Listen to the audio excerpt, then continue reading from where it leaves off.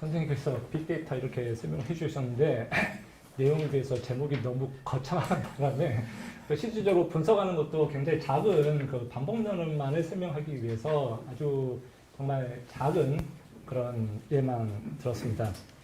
그리고 발표하기 전에 사전 양해 말씀을 드리면요. 제가 오늘 알았습니다. 발표 자료집에 PPT는 저 혼자뿐이라는 거. 전부 다 글로 써주셨는데 저만 PPT로 해서 네. 아마 코퍼스 아까 이제 윤혜 선생님께서 이제 말뭉치라고 하셨는데 이 코퍼스라는 개념 자체는 아마 여러분들이 잘 아실 거예요. 오늘 그 불어불문학회 그 주제도 젊은 청년에게 말한다 했는데 다른 말로 해서 청년에게 말하는 게 아니라 청년의 말을 연구하기 위해서는 어떻게 해야 될까?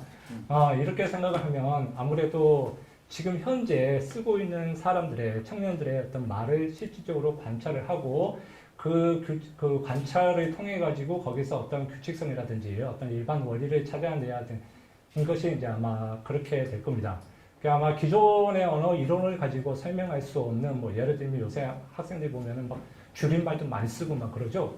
그러니까 그게 어떻게 보면 그 전통적인 우리나라 국어 문법에는 맞지는 않지만 실제로 학생들이 그다음에 이제 젊은 사람들이 사용을 하고 있기 때문에 어떻게 보면은 우리 한국말에 그 이미 배어있는 앞으로는 어떻게 달라질지는 잘 모르겠지만 배어있는 그런 하나의 언어 현상이라고 볼 수 있습니다. 예전에 이런 게 있었죠. 짜장이냐 자장이냐. 네, 그런 게 있었죠. 그러면 물론 지금은 짜장도 가능하고 자장도 가능하지만 그럼 어떤 게 맞느냐? 이건 결국에는 현재 사람들이 어떤 단어를 어떤 어휘를 더 많이 쓰느냐 일단 관찰을 통해서 그래서 좀 더 많이 사용을 하는 쪽의 표현을 이제 어떻게 보면은 하나의 한국어로서 인정을 해줘야 되는 그렇게 볼 수가 있는데 그런 걸 하기 위해서 바로 필요한 것이 이제 코퍼스 기반 연구라고 할 수 있죠. 아마 이 코퍼스의 개념에 대해서는 여러분들이 잘 아실 텐데요. 그래서 어떤 이론에서 출발한 것이 아니라 이 코퍼스 연구는 현상에서 출발해서 거기서 어떤 규칙성을 발견하고 그래서 그걸 다시 이론화시키고 아니면 기존 이론이 가지고 있는 어떠한 그 개념들을 현상의 어떤 직접적인 관찰을 통해서 다시 그 문제점을 재발견하고 수정하는 그런 방식의 이제 연구 방식이 이제 코퍼스 기반 연구 방식이라고 할 수 있는데 어떻게 보면 이러한 연구 전통을 보면은 프랑스 쪽에 유럽 쪽에 어떤 문화학 연구에 좀 더 가깝다고 할 수 있고 오히려 미국 쪽은 뭐 생성 문법이라든지 이런 쪽에 보면은 어떤 그 현상 관찰보다는 어떤 모델을 먼저 설정을 하고 그 다음에 이야기를 이제 전개시키기 때문에 프랑스 유럽 쪽이 더 가깝지 않을까 싶지만은 실질적으로 가장 최초의 코퍼스는 영국에서 먼저 만들어지고 그 다음에 지금 대다수의 연구들은 영국이라든지 그 다음에 미국에서 이제 주로 많이 이제 활용을 하고 있죠. 그게 이제 지금 현재 우리나라로 이제 들어와 가지고 우리나라는 프랑스나 비롯한 그 유럽 학제의 어떤 그 학제보다는 그 한국어하고 영어를 중심으로 한 연구가 이제 주로 이루어진다고 볼 수 있습니다. 그리고 이제 사실 코퍼스 기반 연구가 이제 발달을 하게 된 것이 어떻게 보면 90년대에 좀 더 올라가면 이제 60년대에 그 컴퓨터가 이제 발달을 하기 시작하면서 이제 연구가 이제 확산이 되기 시작을 했는데요. 그래서 이제 코퍼스 연구 기반 연구를 딱 보면 여기 보시듯이 그 전산 언어학을 비롯한 그 문과 쪽과 언어학과 그 다음에 전산학, 자연어 처리 이런 모든 분야가 합쳐진 그러한 연구라고 할 수가 있습니다.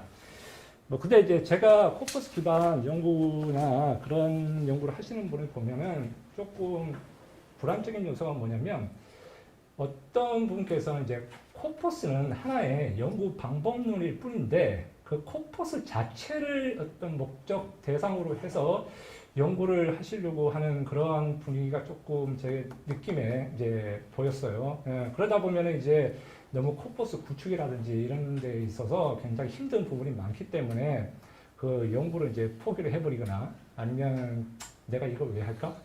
저도 그런 거를 많이 느꼈습니다. 제가 실제로 이제 경력 코퍼스 구축하면서 얼마 되지도 않은 그런 양임에도 불구하고 구축하는데 1년 이상 걸렸기 때문에 하다가 지금 생각하면 내가 왜 이런 연구를 하고 있는지 그런 후회도 가끔 들긴 합니다. 그러니까 연구 자체에 대한 후회보다는 코퍼스를 이제 처리하기 위한, 구축하기 위한 그 선 작업이 이제 굉장히 힘들기 때문에 그래서 이제 이렇게 이제 인문학과 전산학이 이제 합쳐진 그런 분야라고 할 수 있는데 좀 전에 이제 윤혜 선생님께서 그 자동 번역에 대해서 이제 말씀을 해 주셨는데 그러니까 코퍼스 기반을 해가지고 이제 나갈 때 보통 그 자동 번역 분야에서 코퍼스하고 연관을 시키면은 규칙 기반이 아니라 이제 통계 기반 자동 번역 개발하면 그때부터는 이제 코퍼스가 이제 개입이 된다고 이제 생각을 하시면 될 것 같습니다. 그리고 이제 실질적으로 번역학 분야에서는 두 가지 방향을 이제 생각하고 있는데 하나는 TA, 트라딕션 오토마티크, 완전 자동 번역과 그 다음에 TAO라는 트라딕션 아시스테 파르 오르디나테를 해가지고 컴퓨터 지원 그런 번역이라고 할 수 있습니다. 그러니까 윤혜 선생님께서 좀 전에 말씀하신 그 시스트랑 같은 경우는 TA 쪽에 가까운 그런 체계가 될 테고 그 다음 이제 TAO에 가까운 그런 시스템 자체가 이제 여러분들은 잘 아시는지 잘 모르겠는데 트라도스라고 있습니다. 그래서 번역 실무자들이 이제 트라도스라는 이제 번역 기계를 통해 가지고 일단 그 번역 대상이 되는 원문을 이제 집어넣고 거기에 한 60-70% 정도 이제 트라도스가 번역을 해주면서 그때는 이제는 그 번역 트라도스가 완전 자동 번역을 하는 게 아니라 그 몇 가지 가능성이 있는 예들을 그 번역가한테 이제 제시를 해주고 그 번역가가 거기서 가장 적절한 그런 표현을 이제 선택을 해서 이제 최종적인 이제 번역을 완성해 나가는 그런 시스템인데 그게 바로 이제 TAO라고 부르는 그런 시스템이라고 이제 생각하시면 됩니다. 그 아까 말씀드렸다시피 이제 코퍼스라는 게 어떻게 보면은 그 경험 그 다음에 사례 관찰에서 이제 출발을 하기 때문에 그 번역학 같은 경우도 이제 어떻게 보면은 그 뭐 언어학 자체도 그 경험적인 연구라고 할 수 있는데 그 언어학 자체보다는 이제 번역학 연구가 순수한 어떤 이론이라든지 어떤 철학적인 연구가 아니라면 대다수의 연구들이 이제 주로 여러분들이 잘 아시다시피 그 뭐 사례 연구라든지 뭐 오류 분석 이런 것들이 이제 많이 이루어지기 때문에 어떻게 보면 번역학이라는 것이 경험적인 연구에 이제 가깝다고 할 수 있고 그래서 번역학에서 이 코퍼스를 이용한 그런 연구를 아주 빨리 이제 받아들이게 됐다고 할 수가 있습니다. 자, 그래서 이제 번역학에서 보면은 처음 출발이 이제 코퍼스 기반해서 이제 DTS라는 그 툴이, 홈즈와 툴이의 이제 연구에서 이제 출발하는데 이 DTS라는 게 뭐냐면 Descriptive Translation Studies입니다. 그러니까 트라딕톨로지 데스크립티브라고 할 수 있는데 이제 기술 번역학이라고 이제 보통 한국어로 이제 번역을 하고 있습니다.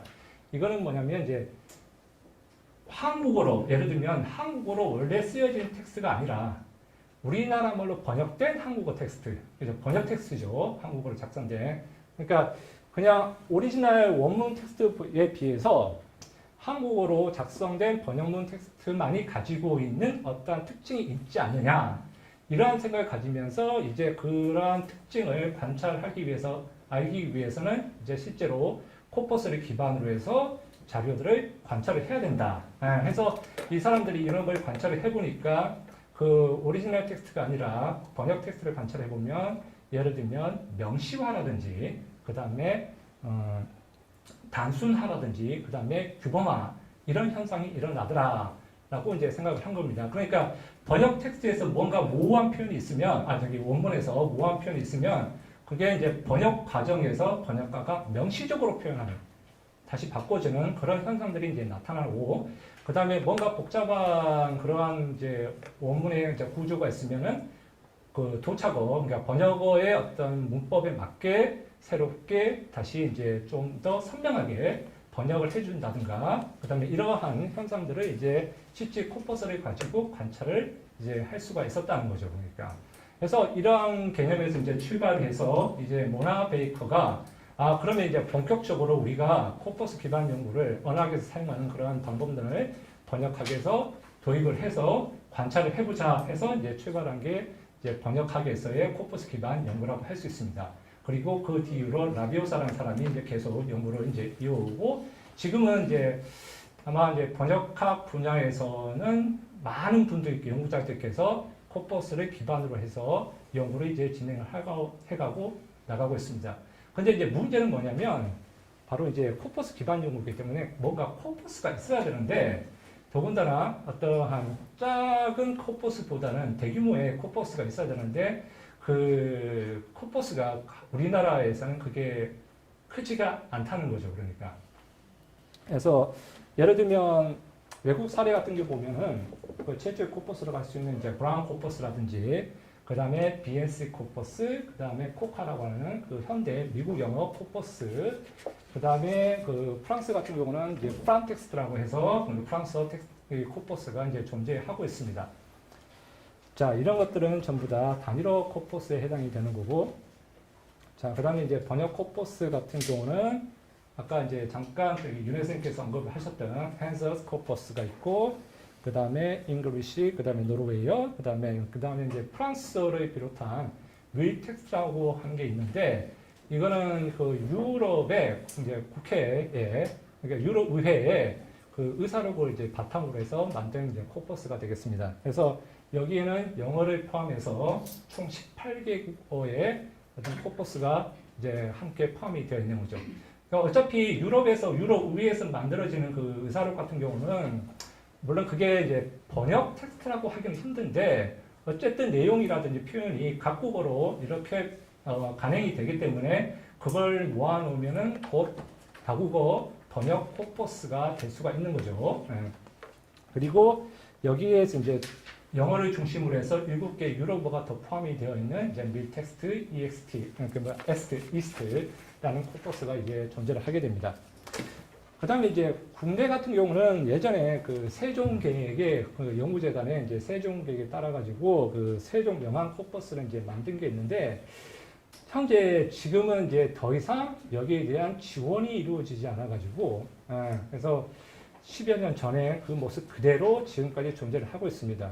그러니까 외국의 코퍼스, 아까 말씀드린 BNC라든지 코카 같은 경우는 지금도 계속해서 새로운 언어의 모습을 확인하기 위해서 업데이트를 계속 해주고 있는데 우리나라의 이 세종 명함 코퍼스 같은 경우는 그런 이제 작업이 이제 중단이 됐는데 그 어느 신문 기사에서 봤는데 그 중단 이유가 뭐냐 하면은 무엇이겠어요, 선생님?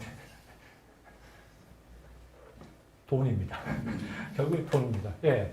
그러니까 언어 연구를 위해서 번역 연구를 해서 분명히 필요한 그러한 것이 되는데 소스 텍스트가 되는데 이게 돈이 지원이 안 되다 보니까 더 이상 연구를 할 수가 없는 거죠. 이제 업데이트가. 외국 사례 같은 경우는 이제 단일화 코퍼스뿐만 아니라 그 인터넷 웹상에 보면은 이러한 사이트들이 존재를 하는데 이것이 일종의 그 번역 웹사이트라고 보시면 됩니다. 코퍼스라고 해서. 그래서 하나는 링게 사이트라는 곳이 있고, 그 다음에 리버소라는 그런 사이트가 있는데, 이 두 사이트가 모두 비슷한 성향을 가지는데, 이거에 비해서 랭게는 대부분의 그 자료 검색이 상당히 오픈되어 있습니다. 그래서 그 검출해서 나오는, 알겠습니다. 나오는 그 결과가 굉장히 이제 많은 결과를 볼 수 있는데, 이 밑에 아래 두 번째 이 코퍼스 같은 경우는 그 자료에 제한이 있어가지고 정식으로 회원 가입을 하고 그 다음에 이제 비용을 지불하지 않으면 굉장히 짧은 사례들만 이제 제시를 해주고 있기 때문에 좀 문제가 있을 수 있습니다. 자, 그런데 이제 우리나라의 문제는 뭐냐? 아까 말씀드린 대로 이러한 대규모 코퍼스가 별로 존재를 하지 않기 때문에 그 연구를 하는 데 있어서 상당히 이제 지장이 오는 거죠. 예를 들면 단일어 연구 같은 경우, 예를 들면 이제 프랑스 연구라든지 그냥 한국어 연구, 단일어 연구 같은 경우는 이제 그 코퍼스를 이제 구축하기가 개인이 구축을 하더라도 어떻게 보면 상대적으로 쉬울 수 있지만 이 번역 코퍼스를 구축한다는 것 자체는 이제 굉장히 힘든 거죠. 그러니까 프랑스에서 한국어로 번역이 되어 있는 아니면 한국어에서 프랑스어로 번역이 된 텍스트 자체가 대부다수가 이제 문학에 치우쳐 있고 일반 실용 텍스트 같은 경우는 굉장히 한정되어 있기 때문에 그리고 그 구축 과정도 아까 윤혜 선생님 말씀하신 그 병렬 코퍼스를 구축을 하려면은 문장 단위로 이제 번역 정렬을 해줘야 되는데 그것도 개인이 일일이 하기가 굉장히 힘든 작업이죠. 그래서 아마 그 대규모 코퍼스라고 할 수 있는 병력 코퍼스라고 할 수 있는 그런 자료도 부족하기 때문에 상당히 이제 애로사항이 있다고 이제 볼 수가 있습니다. 자, 그러면 이제 코퍼스 연구할 때 이런 문제가 많이 나옵니다. 코퍼스가 어느 정도 커야 되느냐? 코퍼스가. 그래서 예를 들면 아까 말씀드린 BNC 코퍼스 같은 경우는 그 포함된 어절수가 1억 어절입니다. 그리고 아까 코카 말씀드렸죠. 현대 미국 영어. 그 같은 경우는 5어절이 포함되어 있습니다. 그러니까 이 어절이라는 건 여기는 그 코퍼스에 포함되어 있는 단어수라고 생각하시면 됩니다. 자, 그 다음에 이제 프랑스 프랑텍스트 같은 경우는 2억 8천만 어절이 이제 포함이 되어 있는데 이 정도에 해당되는 말하자면 레퍼런스 코퍼스에 해당될 수 있는 그런 코퍼스가 국내에서는 존재하지 않기 때문에 상당히 이제 문제가 있다고 볼 수가 있죠. 물론 이제 개인이 코퍼스를 구축을 할 수가 있는데 이걸 이제 보통 DIY 코퍼스라고 그러는데 지금 제가 말씀드린 게 아니라 제가 말한 게 아니라 루크라는 사람이 이제 언급을 하고 많이 통용되는 그런 표현입니다. 그래서 가정에서 혼자 연구자가 개인 연구를 위해서 만들어낸 그런 코퍼스인데, 그러니까 개인이 이제 코퍼스를 구축하는 데는 이제 한계가 있는 거죠. 그러니까 굉장히 많은 시간도 필요하고, 그 다음에 어떻게 코퍼스를 구축해야 될지 그런 것이 이제 알기가 지금 힘들기 때문에, 그래서 이제 이러한 대규모의 레퍼런스 코퍼스가 이제 필요한데 그런 부분이 이제 우리나라 한국 상황에서 이제 한계가 있죠. 더 이상 경고를 받지 않도록 빨리빨리 진행을 하도록 하겠습니다. 자, 그리고 이제 보통 보면은 4차 산업이 이제 요새 많이 언급이 되고 있는데, 4차 산업이 뭐 여러 가지 뭐 정의가 있지만 가장 큰 특징은 이제 인공지능하고 이제 빅데이터라고 할 수 있습니다. 그래서 빅데이터란 거는 이것도 역시 아까 윤 선생님께서 잠깐 언급을 하셨죠. 그래서 대용량 규모의 그러한 이제 그 자료가 되는데, 여기 자료에는 단순히 만약 언어 이 코퍼스에만 한정을 진다면은 여기에는 그 글자만 들어가는 게 아니라 텍스트만 들어가는 게 아니라 음성이라든지 그 다음에 뭐 영상이라든지 이러한 작업들이 모두 이러한 자료들이 모두 포함된 그러한 것을 이제 빅데이터라고 할 수가 있죠. 여기 이제 손현정 선생님께서 아마 다면 코퍼스, 그러니까 그것도 일종의 빅데이터라고 할 수 있는데 이제 이런 것들은 이제 구축하는 게 이제 힘들죠, 그러니까. 그래서 이런 것들을 통하면은 정말 다면적인 그러한 다양한 연구가 가능한데, 그 구글도 마찬가지입니다. 그 구글도 지금 현재 보면은 그냥 여러분들이 구글 트랜스레이션만 생각하시는데 유튜브까지 다 생각을 하셔야 됩니다. 그래서 유튜브 같은 데 이제 영상이 나오죠? 그러면 그 영상에 포함된 자막이라든지, 그 다음 영상 자료, 거기에 나오는 음성, 이런 것까지 모두 구글은 포함시키고 있습니다. 그래서 공개적으로 이제 오픈을 시키지 않고 있는데, 사실 지금 현재 결과물이 나오는 것도 역시 한정된 자료만 일반 사람들한테 공개를 하기 때문에, 그래서 지금의 번역 결과가 나오는 거고, 만약 이 모든 자료를 동시에 번역을 하면 아마도 예상으로는 이렇게 되겠죠. TV에서 만약에 어떤 영상이 나온다. 그러면 그 영상에서 음성을 들어서 바로 한국어로 번역을 해서 송출을 해주던가 이런 식이 이제 가능하겠죠. 그러니까 이런 것 때문에 이제 번역학회에서 실무자 같은 경우는 굉장히 무서워하고 있습니다. 이러한 분야에서 만약에 이런 게 실현이 된다면 인간 통역과가 과연 필요가 있을까? 이런 문제가. 자, 어쨌든 이제 조금 더 구체적인 이제 분석을 들어가면 이렇게 되겠죠. 자, 그래서 이제 빅데이터 코퍼스가 왜 필요하느냐? 결국에 따지면 한정된 코퍼스보다는 자료가 많기 때문에 어떤 신뢰성의 문제가 배제가 될 수 있고, 그 다음에 다양한 자료들을 관찰을 할 수 있기 때문에 여러 가지 측면에서 관점에서 언어를 혹은 번역을 연구를 할 수가 있다는 거죠. 그리고 그 다음에 어떤 번역 현상이 있는데 이러한 번역이 옳으냐 아니냐, 여기에 대한 어떤 검증 작업도 역시 자료가 많다 보니까 훨씬 더 세밀하고 그 다음에 체계적인 그러한 검증이 가능하겠죠. 자, 예를 들면 루크 같은 경우가 이런 타딕톨로시 듣고 오피스에서 이런 말을 한 적이 했습니다. 그러니까 영어 같은 경우 이 혹시 이제 투 부정사인데 이거는 없습니다. 제가 좀 추가를 한 건데요. 투 고 사이에, 그러니까 투 부정사 사이에 이 부사가 들어가는 경우, 원래 원칙상으로는 이 투하고 고 사이에 혹은 투하고 두 사이에 이런 부사가 들어가면 영어에서는 비문법이라고 말을 하고 있습니다. 그리고 이제 프랑스 같은 경우도 마찬가지죠. 아프레크 다음에 접속법이 나오느냐 직설법이 나오느냐, 일반적인 관점에서는 이제 직설법이 나와야 되는데 이 대용량 코퍼스 이 사람 이제 코카 코퍼스 갖고 이제 검색을 해봤는데 프란텍스트하고 실제로 검색을 해보니까 상당히 많은 부분 사례들이 나온다는 거죠. 접속법이 나오는 경우. 자 그래서 이랬을 때 실제로 많은 사례들이 나왔을 때 이러한 부분을 어떻게 처리할 건가 이런 문제가 생기는 거죠. 그리고 이렇게 접속법을 쓴 사용자가 일반 개인이 아니라 굉장히 유명한 작가라고 말하고 있습니다. 그럼 그랬을 경우 어떻게 한다 이거예요. 그러니까 이런 것들이 있기 때문에 이제 코퍼스를 관찰하다 보면 새로운 그러니까 전통 기존의 어떤 이론에서 탈피된 비문법적인 현상이 있고 그런 현상이 굉장히 많이 사용이 되면은 이것도 역시 일반화를 시켜줘야 되지 않느냐 이런 문제가 생기는 거죠. 자 그래서 이제 한 사례로 이제 번역 사례로 제가 관찰한 게 뭐냐면 정말 간단합니다. 어린 왕자를 이제 관찰을 해봤습니다. 어린 왕자 테스트에서 여러분들이 뿌띠 프랑스 하면 보통 어떻게 번역이 되고 있습니까? 그냥 어린 왕자 이렇게 하죠. 자 그러면 제가 질문을 던지겠어요. 그러면 프랑스에서 뿌띠는 무조건 어린이냐? 이게 되는 거죠. 그러니까.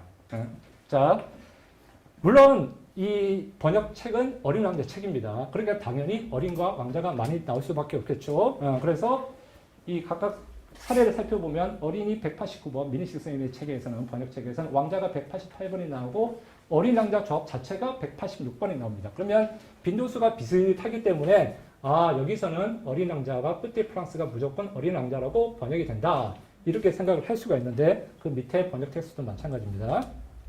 자 그런데 이제 뿌띠하고 프랑스를 조합을 해서 구글에서 검색을 해봤습니다. 해보니까 어린 왕자라고 나온 사례가 저 정도 됩니다. 40만 번. 그 다음에 작은 왕자도 나오더라고요. 그래서 18,500번 정도. 그 다음에 꼬마 왕자도 나옵니다. 그래서 12,300번. 그래서 실제로 텍스트에 들어가서 검색을 해보니까, 관찰을 해보니까 어린 왕자라고 딱 나온 부분은 실제로 이제 그 배경이라는 이 모든 것들은 이제 텍스트, 생텍쥐페어의 이제 텍스트 자체에 관련되는 거고, 그 다음에 작은 왕자 같은 경우는 한 212개 정도가 이제 부분적으로 관련이 되거나 혹은 나머지는 이제 아닌 경우, 그 다음에 꼬마 왕자 같은 경우는 어린 왕자가 아닌 그렇게 표현이 이제 나와 있더라고요. 그러니까 이건 직접적인 번역 관찰을 한 것은 아닙니다. 예를 들면 이렇게 나와 있죠. 그러니까 사례에 보면은 자, 여기서는 이제 아주 옛날에 이제 비평인데 서평인데 생텍쥐페리 책에 나오는 작은 왕자 이렇게 이제 번역이 되어 있는 겁니다. 그러니까 물론 이제 우리는 이제 어린 왕자 뿌띠 프랑스가 어린 왕자라고 어떻게 보면 고유명사화 됐는데 실제로 보면 프랑스를 빼버리고 나머지 이제 명사가 붙으면 어떻게 될까? 영어를 비교하면 이렇게 번역이 되어 있습니다. 이거는 링게 사이트에 들어가서 번역을 해본 겁니다. 해보면 리틀 프린스 이렇게 나오는데 뿌띠가 이제 리틀 혹은 어떤 경우는 스몰 이런 식으로 번역이 되어 있죠. 그 다음에 여기도 이제 뿌띠를 가지고 이제 어린 왕자 책 자체에서 검색을 해봤습니다. 그러니까 이러한 분포가 나오고 있습니다. 그래서 앞에 사례와 그 다음에 이 두 번째 텍스트 사례를 보면은 100% 정확하게 일치를 하지 않는데 왕자가 나왔을 경우는 어린, 그 다음에 사람이 나왔을 경우는 어린으로 번역이 되어 있고 그렇지 않은 경우는 대다수가 작은 이렇게 번역이 되어 있다는 거죠. 그러니까 그래서 이 뿌띠를 번역할 때 어린과 작은이라는 하나의 다양성을 우리가 관찰을 할 수가 있다는 거죠. 물론 지금 제가 말씀드린 사례는 너무나 이게 당연한 거기 때문에 하는데 이제 하나의 이제 구글을 통해서 이제 검색을 어떻게 할 수 있느냐 이제 사례를 보여드리는 겁니다. 자 그리고 이제 꼬마까지 이제 해봤습니다. 그러면 이제 구글에서 꼬마는 이 정도 나옵니다. 그래서 그 다음에 꼬마 아이, 그 다음에 꼬마 아이 했을 때 꼬마 아이 그러니까 이런 정도가 이제 세 번째 나온 뿌띠 갸루송 같은 경우 그러면 우리가 어떻게 번역을 해야 될까? 그냥 꼬마 아이라고 번역을 해야 되나 아니면 그냥 꼬마라고 해야 되나 이랬을 때 근데 보면은 꼬마 아이보다는 구글에서 검색을 해보면 꼬마라는 단어가 훨씬 더 많이 사용된다는 거죠. 그러니까 그랬을 때 만약에 뿌띠 갸루송을 번역을 한다 그러면 이제 꼬마 아이보다는 꼬마라고 번역하는 것이 훨씬 더 지금 현재 검색 기준 날짜를 따지면은 자연스러운 현상이 아닌가 이렇게 우리가 판단을 할 수가 있죠. 자 어쨌든 개인 코퍼스와 구글 코퍼스를 하면은 이런 식의 이제 차이가 있다고 볼 수가 있습니다. 개인 코퍼스 같은 경우는 어떤 제한된 크기, 작은 크기의 코퍼스, 그 다음에 구글 같은 경우는 어떤 대규모 코퍼스가 될 수 있고, 그 다음에 맥락 자체도 개인 연구자가 구축한 코퍼스이기 때문에 그 맥락 자체가 굉장히 한정될 수밖에 없는 거죠. 그러니까 예를 들면 뭐 하나의 소설만 이렇게 구축을 하든가. 그런데 이제 거기에 비해서 구글 같은 경우는 굉장히 많은 그러한 자료를 우리가 관찰을 할 수가 있다는 거죠. 그 다음에 어떤 그 결과물의 어떤 연구 가능성도 그 개인 연구자가 구축한 작은 규모의 코퍼스보다는 구글 이 텍스트가 훨씬 더 자유로운 그러한 연구가 가능하다는 거죠. 그런다고 해서 이제 구글이 만든 게 아닌 게 뭐냐면 구글이라는 것은 어디까지나 번역을 직접적으로 연계한 그런 병렬 코퍼스가 아니기 때문에 여기에는 신중한 선배 작업이 필요합니다. 과연 아까 제가 말씀드렸던 그 어린 왕자도 마찬가지고 이게 실제 번역인지 아니면 그냥 개인이 쓴 거지 이건 이제 구별을 하셔야 되는 거고 그 다음에 거기에는 여러 가지 다양한 텍스트가 나타나기 때문에 예를 들면 개인이 블로그를 통해서 작성한 그런 텍스트 이 경우 과연 이게 언어 관찰을 하기 위한 아니면 번역 연구를 하기 위해서 정말 가치가 있는 그러한 코퍼스가 될 수 있는가 여기에 대한 문제도 우리가 이제 생각을 해봐야 되는 거죠. 그리고 이제 전문적인 그 코퍼스 분석 도구 예를 들면은 그 뭐 안트 콘코던스라든지 이런 그다음에 피 콘코던스라든지 이러한 전문 코퍼스 소프트웨어를 사용할 수가 없기 때문에 순전히 나오는 자료만 가지고 이제 분석을 해야 되는 거죠. 그래서 과연 이랬을 때 그 나온 결과물에 대해서 그 연구자가 어느 정도의 어떤 신뢰성을 줄 수 있고 그 다음에 그 체계성을 줄 수가 있는지 이러한 문제가 이제 생길 수 있다는 거죠. 네, 제 발표는 여기까지입니다. 감사합니다. 네, 감사합니다. 네. 예.